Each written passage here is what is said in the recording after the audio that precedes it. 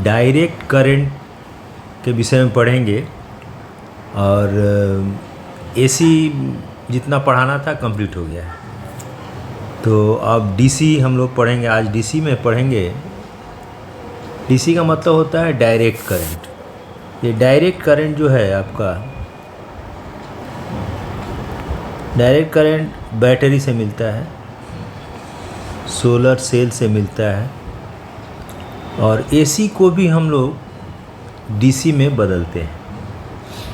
तो उसको बदलने के लिए हम लोगों को ये डायोड लगता है और कैपेसिटर लगता है। दोनों के विषय में हम पहले बता चुके हैं। तो कैपेसिटर का क्या होता है, माने इसका वैल्यू, इसका वोल्टेज का जो वैल्यू होता है करंट का, वो फिक्स्ड रहता है। करंट का जो ये है माने फिक्स रहता है। उसको फिक्स करने के लिए, वोल्टेज को फिक्स करने के लिए हम लोग कैपेसिटर लगाते हैं। तो कैसे फिक्स कांस्टेंट करके रखता है, चार्जिंग एंड डिस्चार्जिंग।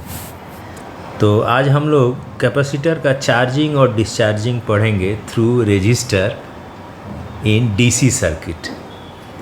तो ये हुआ डीसी सर्किट, ये रेजिस्टेंस हुआ, ये कैपेसिटर हुआ, और ये आपका सोर्स हुआ बैटरी। या डीसी आज हम लोग को पढ़ना है, तो ये बैटरी हुआ, ये हुआ रेजिस्टर, ये हुआ कैपेसिटर। ये चार्जिंग डिस्चार्जिंग जो है ना, बहुत शॉर्ट टाइम के लिए होता है, बहुत शॉर्ट टाइम। ऐसे बढ़ाने के लिए हम रेजिस्टेंस खूब बढ़ा देंगे। रेजिस्टेंस के थ्रू करेंगे तो रेजिस्टेंस यदि खूब बेसी रहेगा तो टाइम माने the time which we can perceive that should be less than 1/10 second. लेकिन इसमें चार्जिंग डिस्चार्जिंग जो होता है ना, वो मिली सेकेंड में होता है। मिली सेकेंड का मतलब क्या हुआ, माने हम लोगों का परसेप्शन से बाहर है। तो लेकिन उसका यूज़ बहुत है, चार्जिंग डिस्चार्जिंग इतना का यूज़ बहुत है। तो आज हम लोग कैपेसिटर का चार्जिंग और डिस्चार्जिंग पढ़ेंगे। तो इसका ये ई रख लीजिए, वोल्टेज, पोटेंशियल डिफरेंस और आई करंट है। तो अकॉर्डिंग टू कर्चॉफ्स लॉ क्या होता है, जो भी सोर्स होता है that is equal to sink. Sink माने कितना यहाँ पर पोटेंशियल ड्रॉप होता है। यहाँ पर आई आर हुआ अकॉर्डिंग टू ओम्स लॉ, और ये हो जाएगा यहाँ पर कितना Q/C। तो this is the main formula for charging and discharging. Discharging हो तो क्या करेंगे, सोर्स को हटा देंगे, ई जो है जीरो हो जाएगा। तो ये हुआ चार्जिंग का, और डिस्चार्जिंग में क्या होगा, इसको जीरो खाली कर देंगे, IR + Q/C। तो ये हो गया आपका चार्जिंग, ये हो गया डिस्चार्जिंग। तो ये फार्मूला हो। अब इसको हम लोग डिफरेंशियल इक्वेशन बनाकर उसको सोल्व करके हम लोग बता सकते हैं। तो यहाँ पर चार्जिंग डिस्चार्जिंग मतलब क्या हुआ, माने खूब, माने बहुत कम समय में चार्जिंग डिस्चार्जिंग होता है। माने मिली सेकेंड, जैसे 20 मिली सेकेंड, 10 मिली सेकेंड। तो इसीलिए इसको बोलते हैं ट्रांजिएंट एनालिसिस। ट्रांजिएंट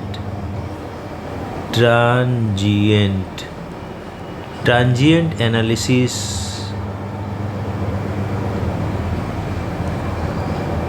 माने ये जो है बहुत शॉर्ट पीरियड में इसका चार्जिंग डिस्चार्जिंग होता है। तो उसको भी हम लोग पढ़ेंगे कैसे होता है। कि वो शॉर्ट पीरियड जो अभी क्या है, नैनो टेक्नोलॉजी चल रहा है।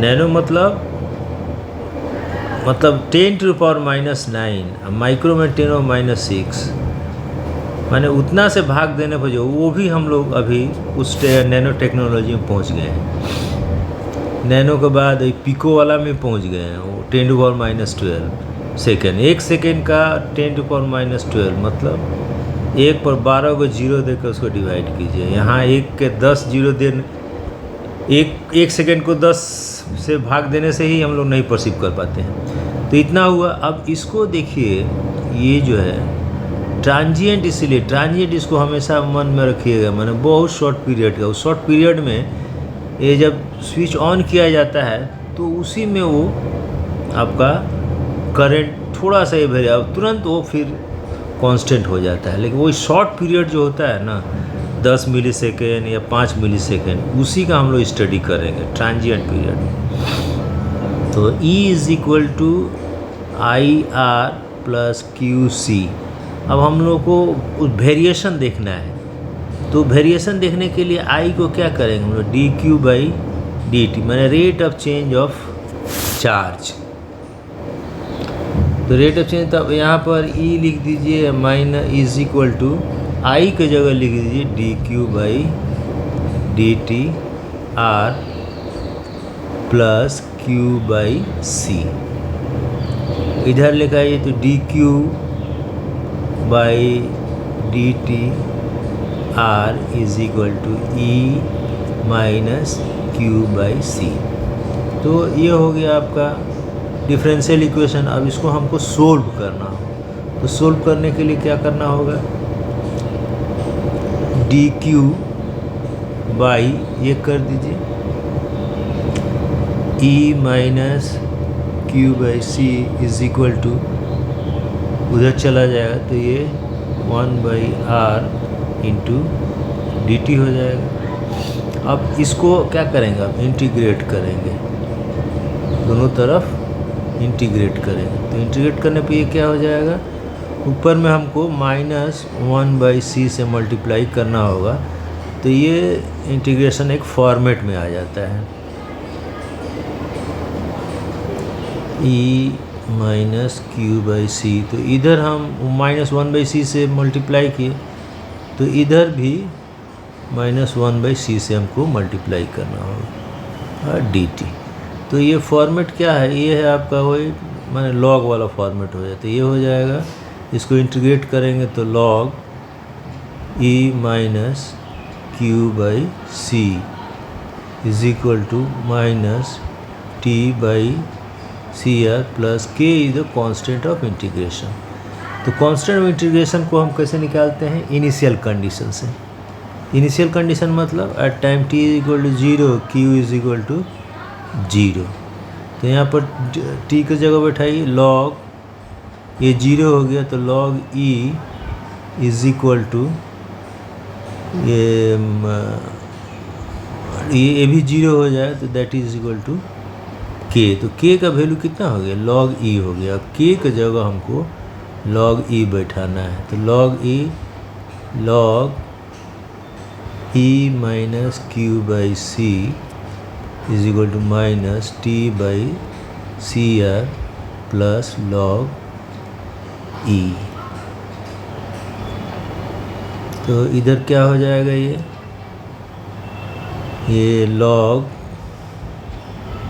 e minus Q by c, इधर आ जाए तो डिवाइडेड बाई हो जाएगा, माइनस होने से डिवाइडेड बाई हो जाता है, is equal to minus T by C R. तो ये लॉगरिथम में क्या हो जाता है, इसका बेस e है, तो e टू द पावर ये हो जाता है minus T by C R is equal to e minus Q by C divided by e। तो ये क्या हो गया, अब ये डिवाइडेड बाई हो गया e टू द पावर इतना, अब e से मल्टीप्लाई कर दीजिए, तो e minus Q by C is equal to e minus T by C R. अब ये जो हुआ आपका e minus Q by C R हो गया।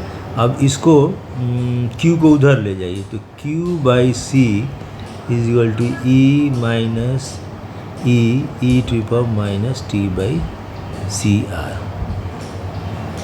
अब q इज इक्वल टू कितना हो गया, e कॉमन ले लीजिए, c से मल्टीप्लाई कर दिए 1 minus E to power minus T by C R. अब ये सी ई जो है मैक्सिमम चार्ज हो गया, जब फुल चार्ज हो गया तो C क्या हो गया, Q 0 हो गया, is equal to 1 minus E to power minus T by C R. ये हो गया आपका चार्जिंग का फॉर्मूला। इसमें T बहुत कम समय लगेगा, देखिए तो ये चार्जिंग का फॉर्मूला हो गया। तो ये हो गया आपका charging of capacitor through resistance. तो बस इतना ही रहने दे, वीडियो बहुत लंबा हो जाएगा। ठीक है, ओके, आशा करते हैं आप लोगों को समझ में आया होगा।